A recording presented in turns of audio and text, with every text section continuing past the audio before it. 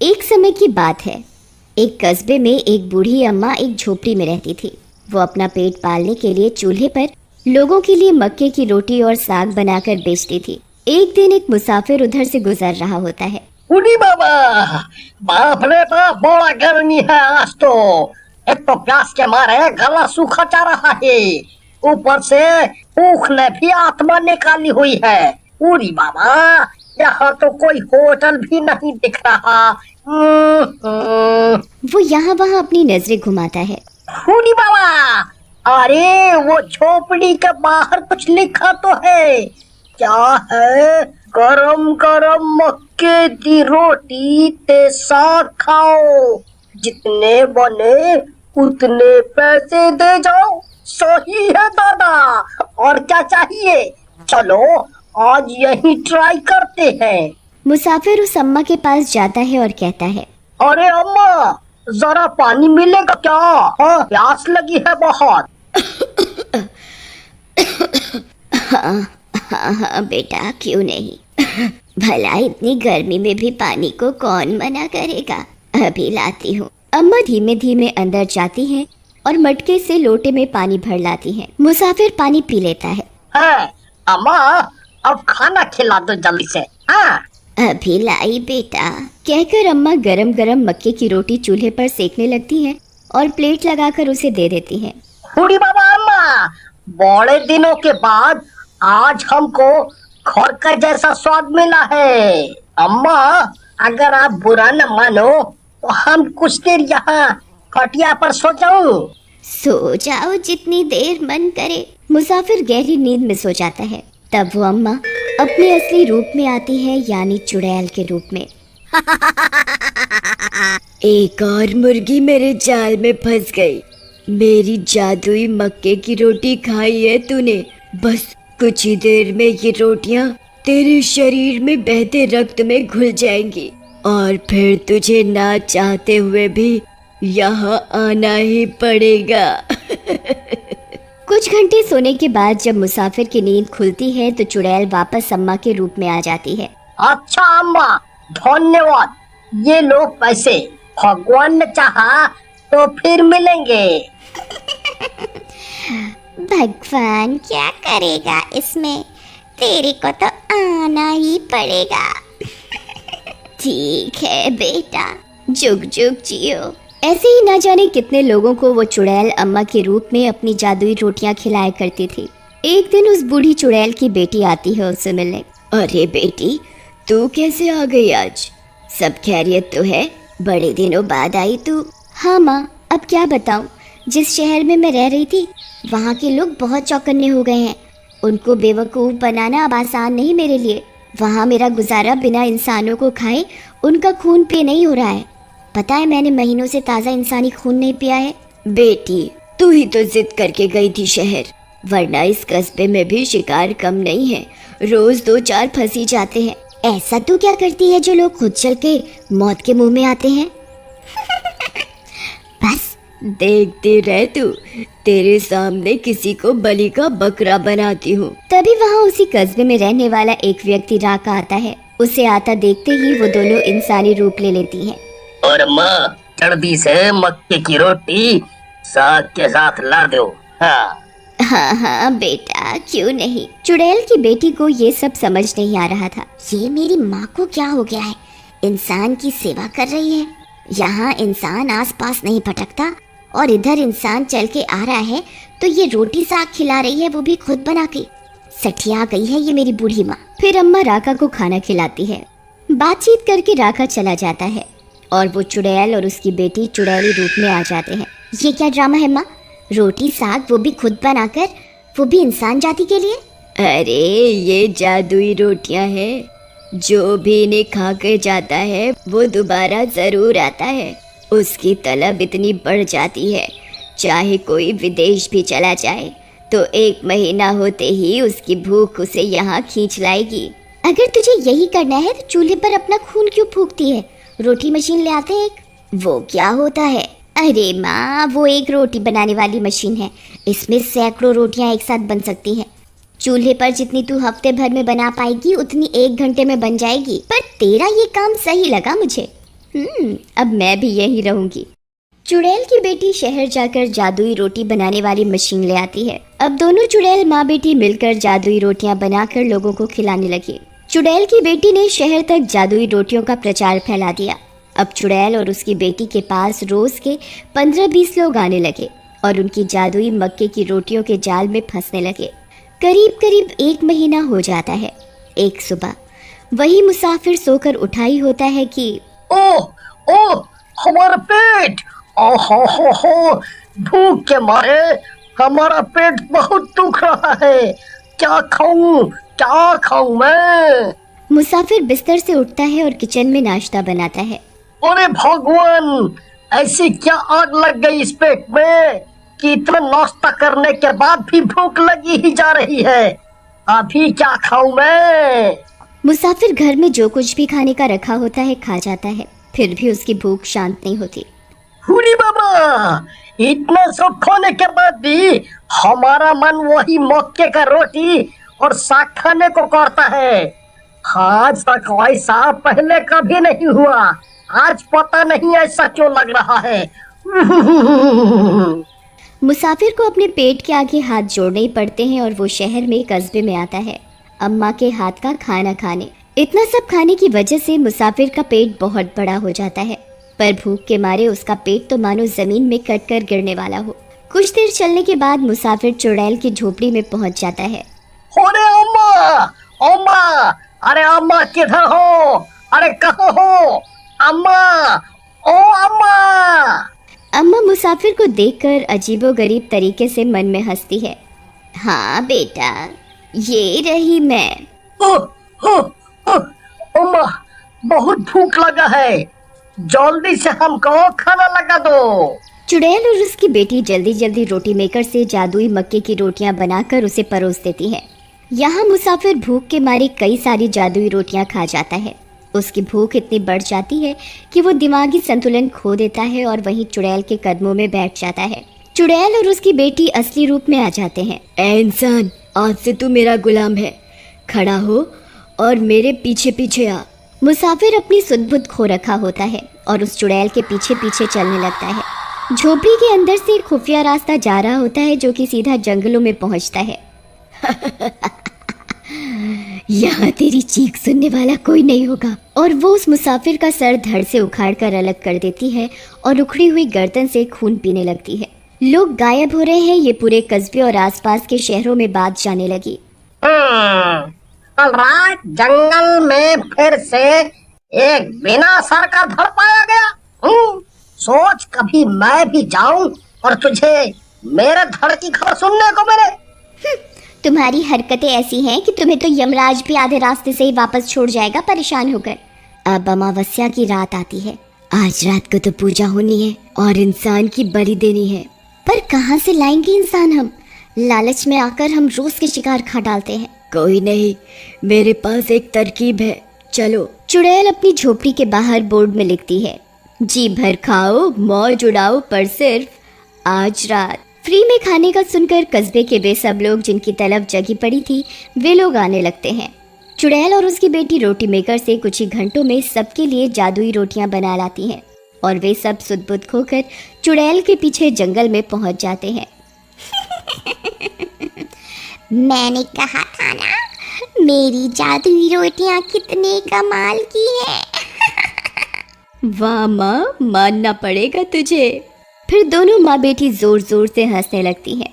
चुड़ैल पूजा की तैयारी करती है और सब लोगों को बलि देने के लिए नीचे मुंह करवा कर बैठा देती है। ओह मेरी चुड़ैलो, आ जाओ, उस दुनिया से आज इस दुनिया में आ जाओ। आज अमावस की रात हमारे लिए कितनी खास होती है, आओ जल्दी आओ। दोनों चुड़ैल माँ बेटी मिलकर आवाहन करती हैं।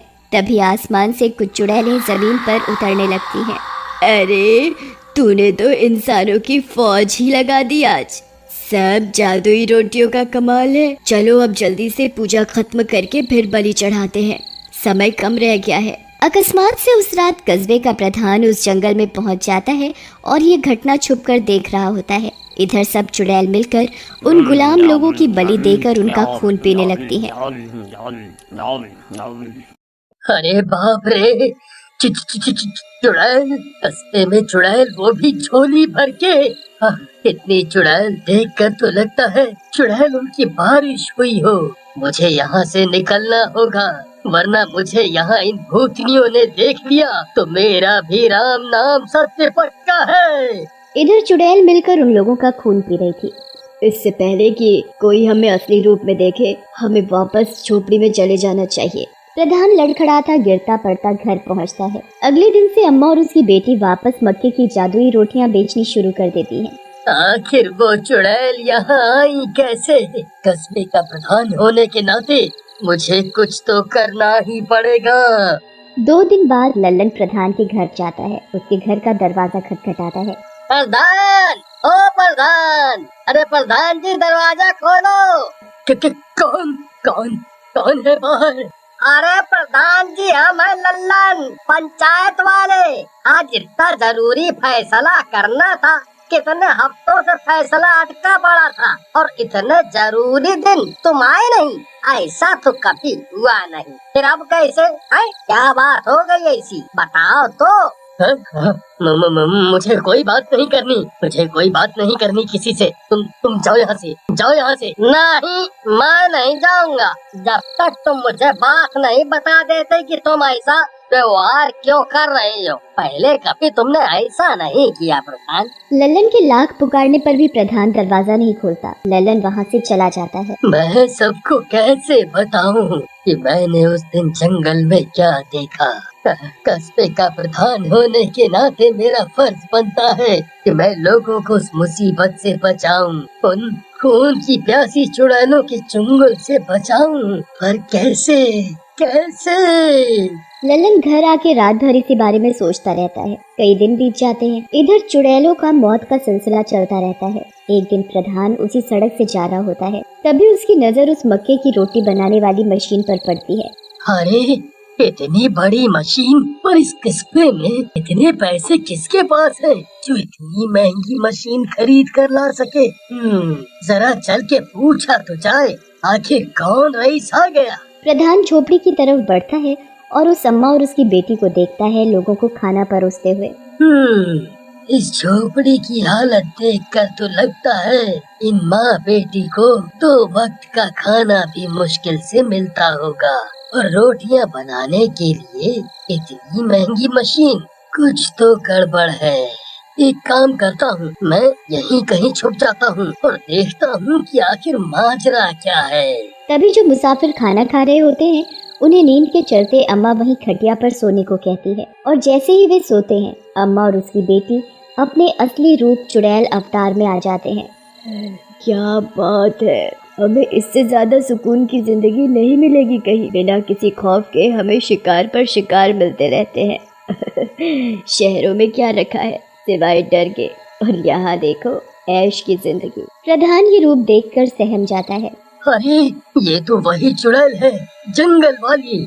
इसका मतलब ये माँ बेटी इतने दिनों से भेष बदल कर इसी कस्बे में रह रहे हैं और भोले भाले लोगों को रोटी साग खिला के अपना शिकार बना रहे हैं।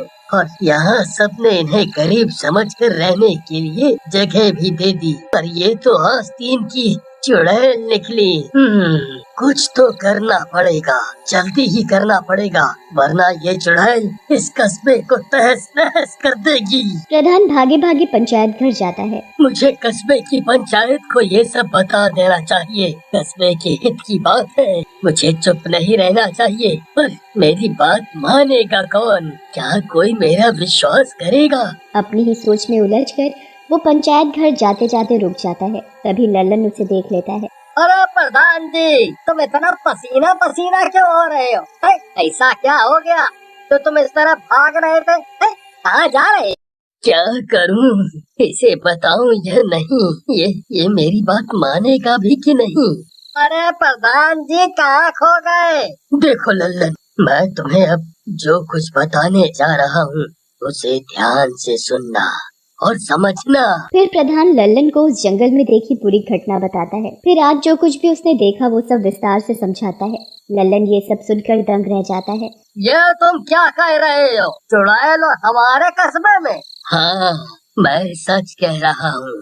मुझे पता है कोई मेरी बात पर विश्वास नहीं करेगा, इसीलिए मैंने अभी तक किसी को कुछ नहीं बताया। पर जो मैंने आज देखा वो खतरनाक है। भोले भाले लोग उस चुड़ैल की जादुई रोटियों के जाल में फंसकर मर रहे हैं, और पंचायत का हिस्सा होने के नाते हमारा फर्ज बनता है कि हम कुछ करें और इस मुसीबत से सबको बाहर निकालें। बात तो तुम्हारी सही है, तो क्या करें? सारे पंचों को बताएंगे बात है? नहीं लल्लन, अगर ये बात जरा भी फैली तो लोगों के मन में डर बैठ जाएगा, और मैं नहीं चाहता कि ये दहशत लोगों के मन में जाए। हमें ही कोई रास्ता, कोई तोड़ निकालना होगा। बहुत सोच विचार कर वे एक योजना बनाते हैं। अब चाहे जो हो जाए, हम सबको इन जादुई रोटियों से आजादी दिला के ही रहेंगे। हाँ। फिर वे लोग एक मंदिर में जाते हैं। वहाँ उन्हें एक बाबा मिलता है। वो बाबा को चुड़ैल के बारे में सारी जानकारी देते हैं। बच्चा, तुम लोग चिंता नहीं करो, बुराई कभी भी अच्छाई पर हावी नहीं हो सकती, इसका तोड़ जरूर मिलेगा। बाबा अपनी सिद्धिपूर्ण किताब खोलता है और उस मुसीबत से निजात पाने का तोड़ ढूंढने लगता है। काफी तर्क वितर्क करके बाबा एक नतीजे पर आता है। बेटा, जो जादू अन्न के सहारे इंसानी खून में मिलाया जाए उसका तोड़ बहुत मुश्किल है पर नामुमकिन नहीं। एक बार फिर सोच लो, ये बहुत खतरनाक है, इसमें तुम्हारी जान जाने की भी नौबत आ सकती है। प्रधान और लल्लन बाबा की बात सुनकर एक दूसरे की शक्ल देखने लगते हैं। फिर कुछ लम्हा रुककर दोनों लंबी सांस खींचते हैं और कहते हैं, हम पंचायत का हिस्सा हैं। कस्बे वालों ने हमें अपनी सुरक्षा के लिए पंच बनाया है। अगर हमारे रहते हुए भी उनकी जान की सुरक्षा हम न कर पाए तो तू है हमारी जिंदगी पर। क्या मुँह लेके भगवान के घर जाएंगे कि अपना फर्ज भी ढंग से ना निभा सके? ऐसी जिंदगी से तो मौत ही भली। ये सुनकर बाबा मुस्कुराता है और उन्हें तोड़ बताता है। हम बिल्कुल तैयार हैं, जो होगा देखा जाएगा। प्रधान जी चलिए, अब हम और देर नहीं कर सकते। हाँ भाई, बिल्कुल सही। अगली रात लल्लन और प्रधान उस झोपड़ी में जाते हैं जब चुड़ैल सो रही होती है, और चुपके से उस झोपड़ी के बीचों बीच एक खंबा गाड़ देते हैं। फिर जिस आटे से वो रोटियां बनाती है उस आटे में बाबा की दी हुई पुड़िया मिला देते हैं और उल्टे पांव घर वापस आ जाते हैं। बस अब सुबह होने की देरी है। भगवान करे जैसा हमने सोचा है वैसा ही हो। जरूर होगा। सही नियत के साथ कोई भी काम करो तो सफलता मिलनी तय है। अगली सुबह, अरे बिटिया रानी जल्दी उठो, इससे पहले कि ग्राहक आने शुरू हो। जल्दी से साग रोटी बनाने की तैयारी करो। ये बुढ़िया भी ना सुबह सुबह उठा देती है। कभी कभी तो मन करता है सबसे पहले इसे मारकर खाऊं। चुड़ैल की बेटी आटा लगाने जा रही होती है कि वो उसी खंबे से टकरा जाती है। ओफो, ये इस बुढ़िया का कौन सा नया ड्रामा है? भला बीचों बीच खंबा पता नहीं क्यों गाड़ा है। दिन ही खराब है आज का। समय होते ही लल्लन वहाँ ग्राहक बनकर आता है। अरे अम्मा, जरा खाना तो खिला दो, दोनों की भूख लगी है। जा जा, शिकार आ गया, खाना लेके जा। जैसे चुड़ैल और उसकी बेटी थाली लेकर आते हैं। आज मेरा जन्मदिन है और आज मैं आप दोनों को भी अपने हाथ से खिलाऊंगा। वैसे भी मेरा दुनिया में है ही कौन। अब अम्मा, तुम ही यहाँ हम जैसे लोगों का पेट भरती हो तो तुम ही परिवार हो। अगर मैंने रोटी नहीं खाई तो उसे शक हो जाएगा। हाँ हाँ, क्यों नहीं बेटा। लल्लन दोनों माँ बेटी को जैसे ही वो रोटी खिलाता है वो दोनों चुड़ैल रूप में आ जाते हैं। ओह, तो ये है तुम दोनों की असलियत।